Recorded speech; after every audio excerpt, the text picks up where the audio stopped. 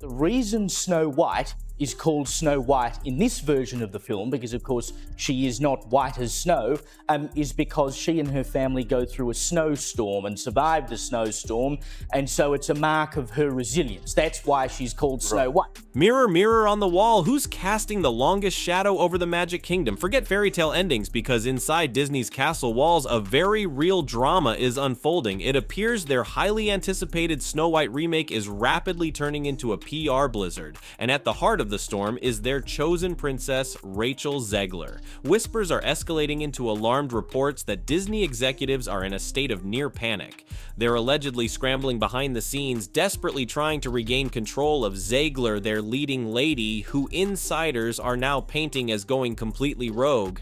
The word on the Hollywood street is that she's not just off script, but seemingly out of control, allegedly defying direct directives from the highest levels of the company. This isn't just a minor publicity hiccup, it's shaping up to be a full-blown public relations nightmare, threatening to derail one of their biggest upcoming releases. Is Disney's carefully crafted image of fairy tale perfection about to be shattered by their very own Snow White? Congrats on the dome. How's it feel to finally have it come out? Feels wonderful. Thank you. Feels wonderful. In a public relations maneuver that screams of last resorts, Disney has reportedly made a startling decision. They're bypassing traditional media outlets entirely for the Snow White press rollout. Forget primetime interviews with respected journalists and in-depth features in major publications. Instead, Disney is placing its promotional fate in the hands of carefully selected social media influencers. Yes, you heard correctly. Rather than facing potentially challenging questions from seasoned reporters, they're entrusting the narrative to pre-vetted personalities from platforms like TikTok and YouTube. The calculation is clear: to exert maximum control over the message and, crucially, to manage Rachel Zegler's public appearances with an iron fist. The aim is transparent: to rein in their perceived loose cannon princess and prevent any further unscripted moments that could ignite more controversy. It's a gamble of epic proportions, suggesting a deep-seated fear within Disney about losing control of the Snow White narrative. This unconventional strategy, however, raises a critical question. When a media giant resorts to influencer management for a flagship film, what does it truly reveal about the chaos simmering beneath the surface? I mean, you know, the original cartoon came out in 1937, and very evidently so. There's a big focus on her love story with a guy who literally stalks her.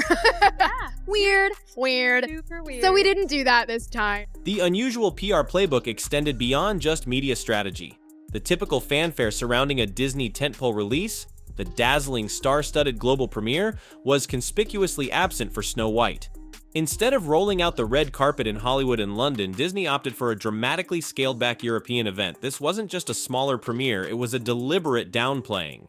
The event in Spain wasn't even officially billed as a premiere, but rather a low-key gathering, and instead of the expected constellation of A-list celebrities and industry heavyweights, the guest list was populated by local Spanish influencers, families from a relatively small city, and regional personalities. The absence of star power was palpable. Adding to the awkward atmosphere, Rachel Zegler found herself conspicuously alone in the spotlight. Her co-star, the globally recognized Gal Gadot, was conspicuously missing from the event, leaving Zegler to navigate the spotlight alongside director Mark Webb, a far cry from the expected dual-star power launch. This downgraded European event, replacing a planned grand London premiere and the anticipated similar treatment for the LA premiere, sends a deafening message. Why the secrecy? Why the deliberate effort to minimize the launch of what should be a crown jewel in Disney's cinematic year? Let's rewind the clock and investigate how this snowball of controversy truly began to gather momentum. I was scared of the original cartoon. I think I watched it once and then I never picked it up again.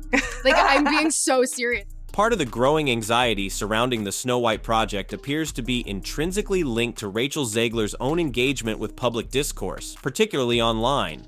A recent flashpoint emerged after a live performance of Waiting on a Wish in Spain, intended to generate early buzz for the film. However, instead of universal acclaim, Zegler encountered a wave of online criticism targeting her vocal performance. Some critics went as far as to suggest Disney had erred in not casting a true soprano for the iconic role, questioning her vocal suitability for the demanding songs. Zegler's immediate and rather terse response to this critique was revealing. When confronted with the soprano comment, she snapped back with a curt, "I am a soprano," accompanied by a link to her West Side Story performance as if to provide definitive proof. While factually accurate, Zegler does possess soprano vocal capabilities. The defensiveness of her reaction and the speed with which she engaged with online negativity hinted at a deeper sensitivity to criticism. This episode, while seemingly minor, contributed to a growing perception that Zegler might be struggling to navigate the intense scrutiny that comes with headlining a project of this magnitude. It raised questions within Disney about her capacity to handle the inevitable pressures of a high-profile release, especially given the pre-existing controversies swirling around the film. But the real catalyst for the escalating crisis wasn't just online spats. It was when Zegler began to publicly dissect and, in the eyes of many, dismantle the very foundation of the original Snow White narrative. She's not going to be safe with the prince, and she's not going to be dreaming about true love. She's dreaming about becoming the leader she knows she can be, and the leader that her late father told her that she could be if she was fearless, fair, brave, and true. The real tempest erupted when excerpts from a 2022 interview with Variety resurfaced and went viral, unleashing a torrent of backlash upon both Rachel Zegler and the entire Snow White project. In this interview, Zegler didn't merely offer a modern interpretation of the fairy tale, she appeared to actively dismantle the beloved 1937 animated classic. Her now infamous description of the original Snow White as a creepy stalker victim in reference to Prince Charming ignited a firestorm. The original cartoon came out in 1937 and very evidently so, she stated, adding, there's a big focus on her love story, with a guy who literally stalks her. Weird. The tone was dismissive, even contemptuous. She further admitted to being scared of the original cartoon, claiming to have watched it only once and never revisited it. For legions of Disney fans who hold the original Snow White as a cherished piece of cinematic history, these comments felt like a direct assault on a cultural icon. They perceived it as a disrespectful dismissal of a timeless fairy tale, particularly coming from the actress cast to embody its central character. Furthermore, at Disney's own D23 Expo, Zegler doubled down on her revisionist approach, declaring that her Snow White would not be defined by romantic aspirations. She's not going to be saved by the prince, and she's not going to be dreaming about true love, she proclaimed, asserting instead that this Snow White would be dreaming about becoming the leader she knows she can be. While some applauded this modern, empowered spin, many traditionalists viewed it as a fundamental betrayal of the fairy tale's core themes, a rewriting of a classic to fit contemporary agendas, and a move that alienated a significant portion of Disney's loyal fan base. This radical reimagining didn't just irritate casual viewers, it directly challenged the legacy of those who painstakingly crafted the original magic. Snow White by the Brothers Grimm.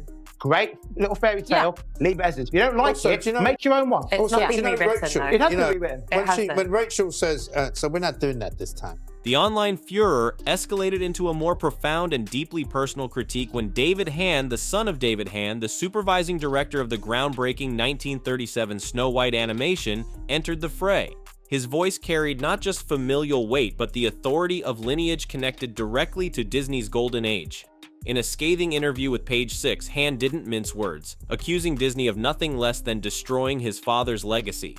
His condemnation wasn't a polite disagreement, it was a visceral rejection of the remake. He declared unequivocally, "I won't be buying a ticket," a symbolic act of disavowal from someone intrinsically linked to the original film's creation. Hand articulated that the original Snow White represented a timeless artistic achievement, the way it should be, and that the new iteration was so far off base that it's ridiculous. His most potent and emotionally charged statement was his assertion that these drastic changes would cause both his father and Walt Disney themselves to roll in their graves, a powerful image of founders turning in their eternal rest at the perceived desecration of their creative vision. His wife, Sandra Hand, further amplified the sentiment, adding that David Hand Sr. took so much pride in the film and would be heartbroken, asking from beyond the grave, "What have you done?" This familial denouncement, resonating with the historical significance of the original film, lent a new level of gravity to the controversy, suggesting that Disney wasn't just facing online criticism, but alienating the very guardians of their foundational mythology. And as if rewriting the narrative and provoking the ire of the original creator's family wasn't enough turbulence, Disney then plunged headfirst into another PR quicksand. the portrayal of the seven dwarfs. You're replacing jobs that people could have as little people. Snow White and the Seven Dwarfs, it's for dwarfs, you know? The already turbulent waters surrounding Snow White turned positively stormy when leaked set photos surfaced, depicting a jarring departure from the traditional depiction of the seven dwarfs. Instead of actors portraying dwarfs, the images revealed a diverse ensemble of individuals of varying heights and ethnicities. A hodgepodge, as many described it, of average-sized diverse extras. Comedian Jason Acuna, known for his often pointed social commentary, seized upon this visual, delivering a sharp comedic critique that quickly went viral.